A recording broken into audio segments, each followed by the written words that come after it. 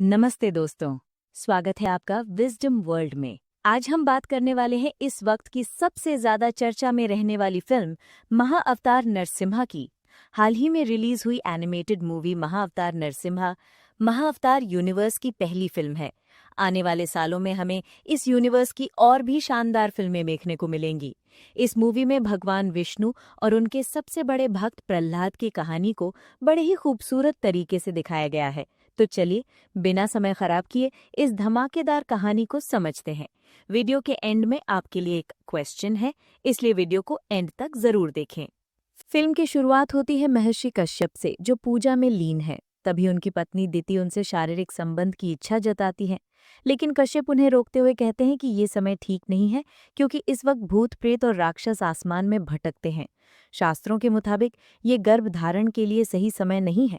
वो वादा करते हैं कि जल्द ही दिति की इच्छा पूरी करेंगे, लेकिन दिति पत्र प्राप्ति की चाह में उनकी बात नहीं मानती और संबंध बना लेती हैं। अगले दिन कश्यप गुस्से में कहते हैं, तुमने मेरी बात नहीं मानी और शास्त्रों का उल्लंघन किया।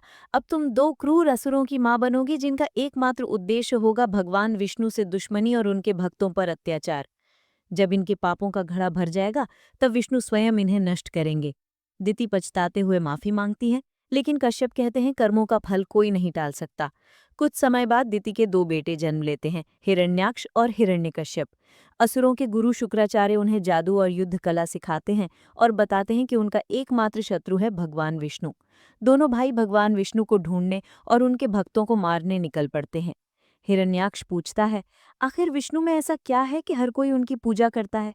हिरण्यकश्यप जवाब देता है, वो एक छलिया है जो देवताओं का साथ देता है और असुरों को नीचा दिखाता है। वो डरकर कहीं छिप गया है। हिरण्याक्ष कहता है, अगर उसे छिपना पसंद है तो मैं पूरी धरती को ही गायब कर दूंगा, तब तो वो आना ही पड़ेगा। अगले सीन में हिरण्याक्ष धरती माता को समुद्र में डुबो देता है। चारों ओर हाहाकार मच जाता है। लोग ब्रह्मा जी के पास मदद मांगने जाते हैं। ब्रह्मा जी कहते हैं धरती को सिर्फ भगवान विष्णु बचा सकते हैं। तभी ब्रह्मा जी की छींक से भगवान विष्णु वराह अवतार में प्रकट होते हैं।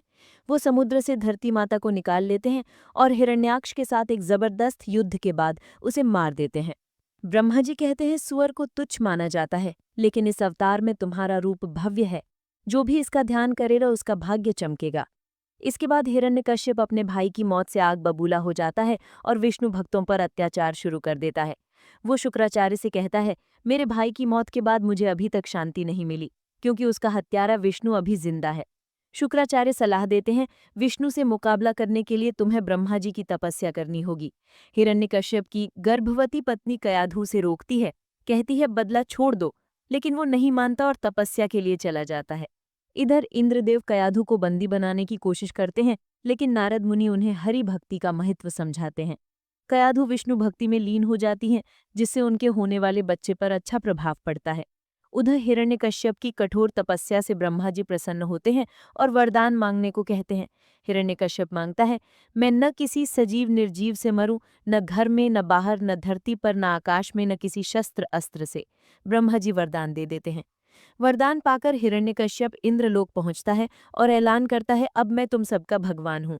कुछ समय बाद कयाधु को पुत्र होता है, जिसका नाम प्रहलाद रखा जाता है।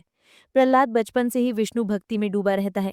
एक दिन हिरण्यकश्यप उससे पूछता है, गुरुकुल में तुमने क्या सीखा? बताओ, राजा कौन है?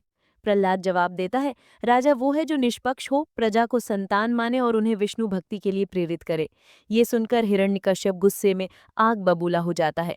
वो अपने सैनिकों सैंड और अमर्क से कहता है, लगता है विष्णु के भक्त गुरुकुल में घुसकर प्रहलाद को गलत सिखा रहे हैं, इस पर नजर रखो। अगले सीन में प्रहलाद एक तड़पती मछली को पानी में डालकर बचा लेता है।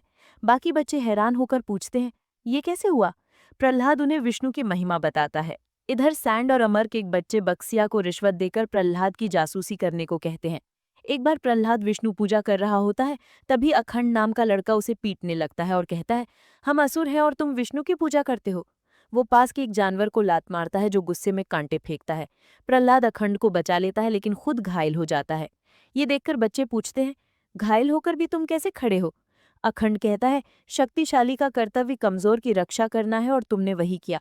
सभी प्रहलाद की जय जयकार करने लगते हैं। तभी बक्सिया आता है और उन्हें वो जगह दिखाता है जहां असुर विष्णु भक्तों पर अत्याचार कर रहे हैं। वो कहता है, विष्णु कभी भक्तों को बचाने नहीं आता। प्रहलाद जवाब देता है, मैं भगवान विष्णु का नाम लेता रहूंगा जब तक सारे भक्त यहाँ से छूट नहीं जाते। तभी चारों ओर रोशनी फैलती है और बक्सिया दंग रह जाता है।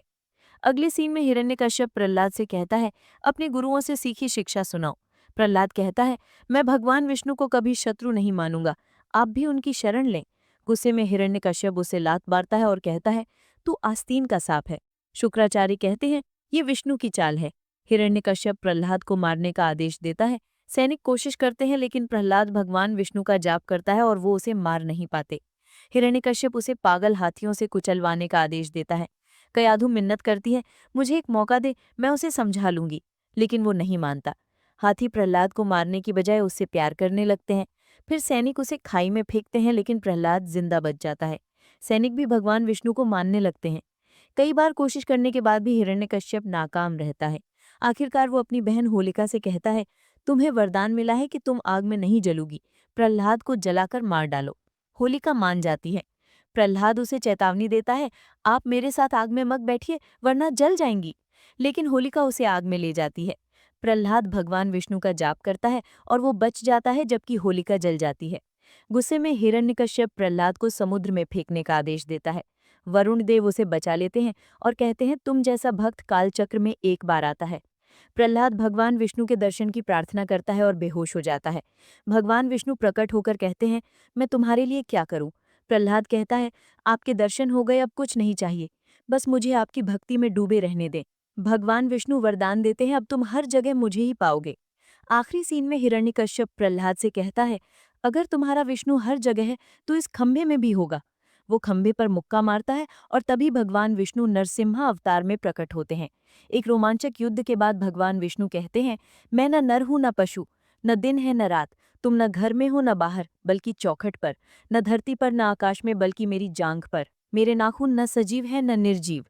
फिर वो हिरण्यकश्यप को अपने नाखूनों से मार देते हैं। प्रहलाद माफी मांगता है, मेरे पिता ने आपको गलत समझा। भगवान विष्णु कहते हैं, वो मेरे स्पर्श से पाप मुक्त हो गया, तुम मेरे सबसे बड़े भक्तों में गिने जाओगे। और यही फिल्म खत्म होती है। फिल्म एक सिनेमैटिक एक्सपीरियंस है जो थिएटर में ही मजा देती है। तो दोस्तों, महाअवतार नरसिम्हा को मैं दूंगी 4 स्टार्स आउट ऑफ 5। अगर आप मिथोलॉजी, एक्शन और विजुअली ग्रैंड फिल्मों के फैन हैं तो इसे मिस मत कीजिए। तो दोस्तों, आपको फिल्म की कहानी कैसी लगी हमें कमेंट में जरूर बताइएगा। और हाँ, अगर वीडियो अच्छा लगा तो वीडियो को लाइक और चैनल को सब्सक्राइब करना मत भूलिएगा। और क्वेश्चन ये है कि कश्यप ऋषि की पत्नियों के नाम कमेंट में डिटेल में बताइए। देखते हैं नॉलेज है या नहीं। मिलते हैं अगले वीडियो में, तब